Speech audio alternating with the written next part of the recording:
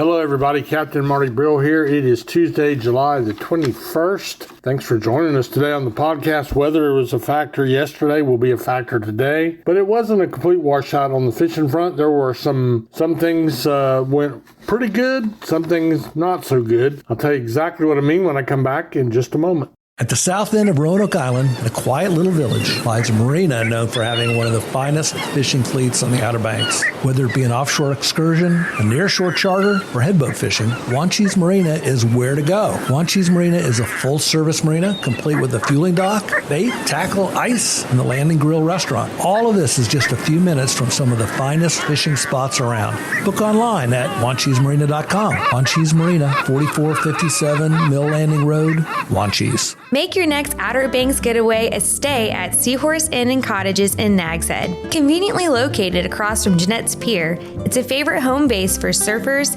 anglers, and beach lovers alike. Choose from recently updated guest rooms or spacious cottages, perfect for couples, families, and extended stays. Bringing your four-legged friend? Seahorse Inn is pet-friendly, so the whole family can join the adventure. Whether you're chasing the perfect wave, reeling in the catch of the day, or simply soaking up the beach vibes, Seahorse Inn offers comfort, convenience, and classic OBX charm. Visit us online at visitobx.com.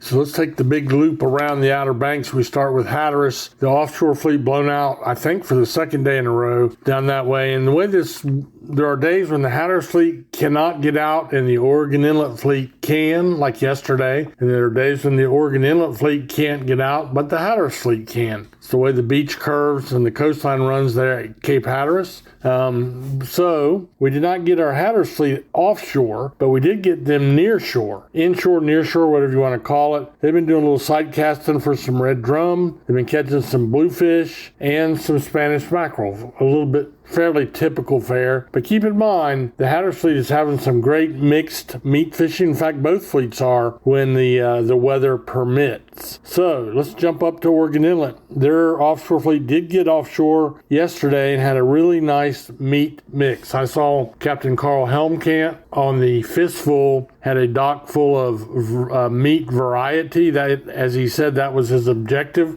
Charter wanted meat, so they went for meat. And his catch was kind of typical. A lot of blackfin tuna. Both fleets are doing really well in the blackfin tunas. There is a scattered yellowfin tuna to be caught right now, but it is, after all, July, and this is not a month for large numbers. Not saying that can never happen, because when you hit tunas, you usually don't get just one bite. And these charter boats tow 7 to 10 baits, trolling. And if you hit them just right, you might only see the tuna and hit the tuna once a day. But if you get 7 out of 10, it's a lot of fish on the dock, especially when they weigh 50 pounds. But mostly it's the smaller blackfin tunas, 10 to 25 pounds. He had some mahi in his catch, and that's fairly uniform throughout the fleet. And like the Hatteras fleet, everybody's catching the average in 1 wahoo, maybe 2 wahoo a day. And everybody seems to be averaging 1 or 2 billfish a day, mostly sailfish, but occasionally a blue marlin. And then the Plan B fishery is the tile fishing, and that has been good and available to most everybody. So all that's great. Inshore and near shore at Oregon Inlet, they're doing some bottom fishing, catching sea bass, and that's a good thing. They're also catching blues and Spanish on a hit and miss basis outside the inlet. So the sea bass fishery, though, that's a really good one, a good fish to eat.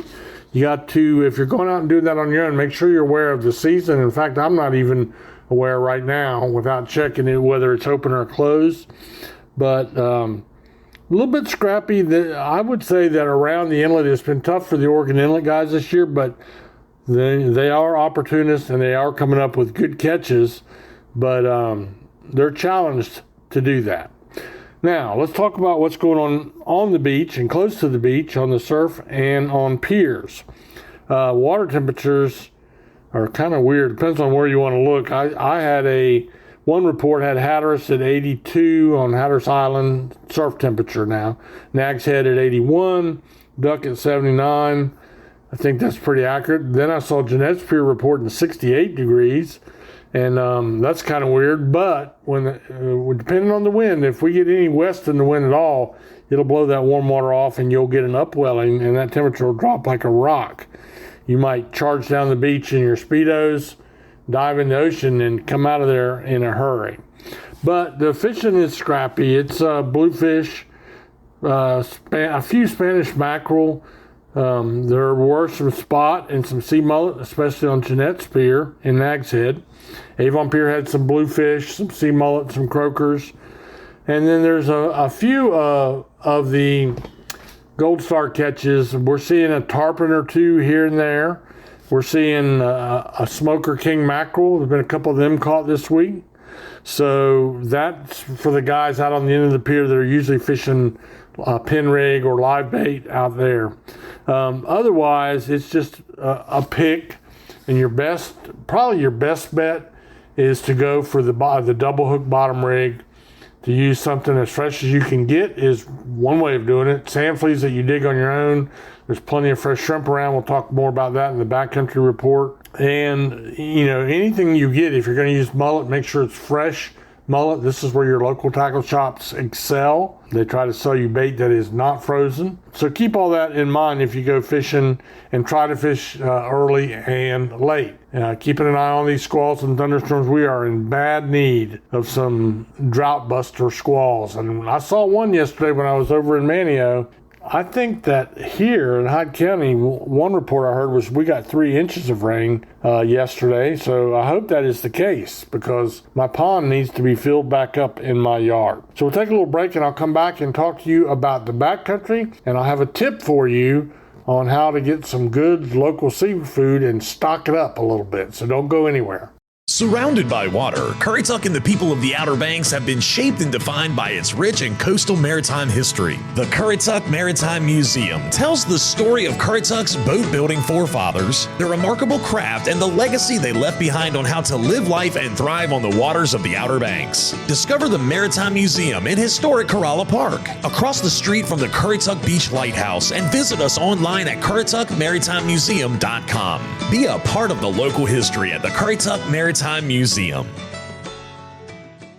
Like the surf and pier reports, we're just seeing stuff trickling in. There's no hog killing going on. But in the Sound, Pamlico Sound, there is a little bit of activity with a few speckled trout with some of our guide boats yesterday coming out of Hatteras. A few bluefish, a few puppy drum. Most of that would be on the eastern side, on the Hatteras Island side. The drum bite over whatever you want to call it on the western or northwestern side has been picking up, as we've been mentioning. And some of those are the great big mature ones, and that will do nothing but get better as we get into August, all through the month of August. So we'll have that going on. Also, another thing, the shrimping is off to a great start in the Sound.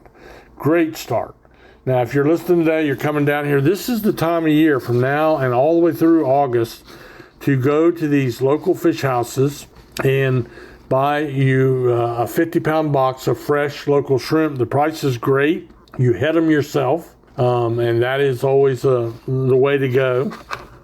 And then you say, 50 pounds of shrimp, what will I do? Well, when you head them, you're going to have 35 pounds of shrimp. And then if you're down and got a beach house and 3 or 4 families, they won't make it back to Ohio, I promise you. You'll eat them all up, and man, are they good. Don't go in a big market grocery store and assume that those shrimp are local. They are not. They're not even local to the country most of the time. I'll stop there before I get myself in trouble. But fresh local shrimp are available at your local fish houses, and they're scattered around. There's some down in Hatteras. There's, of course, several in Wanchese. There's one over in Mans Harbor. But anyway, that's the best way to do it. Buy them in bulk. Get a great price, and then let them show you the quickest and best way to freeze them. Heading them's no problem, and you can do that with a pair of scissors or pruners or your fingers or a knife, or whatever you want to do. So keep all that in mind. One last thing on today's report. We are getting really close to doing the Dare County Boat Builders Tournament registration Wednesday night at Pirates Cove. That'll be a lot of fun. The pavilion will be open. Their t-shirt sales, it's open to everyone. T-shirt sales will be going. There'll be all kinds of stuff to see and do. Come over there, just park. Careful where you park. Make sure you park in a loud area. And then I will be giving you some tips on how you can listen to me as we score the whole tournament all through the fishing days, which are Thursday, Friday, and Saturday. And I bet you're thinking, wow, that weather ain't looking too good on Thursday. Well, yeah, we'll see. Fish are already wet, so rain alone will not do them in. But northeast, if it's a northeast wind, we got to watch it carefully. But they fish 2 out of those 3 days. This Thursday, this Friday, this Saturday. Pirates Cove Marina, Manio Nags Head Causeway. Great time to come out and check everything out. And we'll be on the north side of the marina, over where the big pavilion is, the big covered building. We'll be over on that side. That's the tournament headquarters, while the charter boats are over on the highway side. And many of them will be fishing in the tournament. So come on out, walk the dock, say hello. I do hope you have a great day.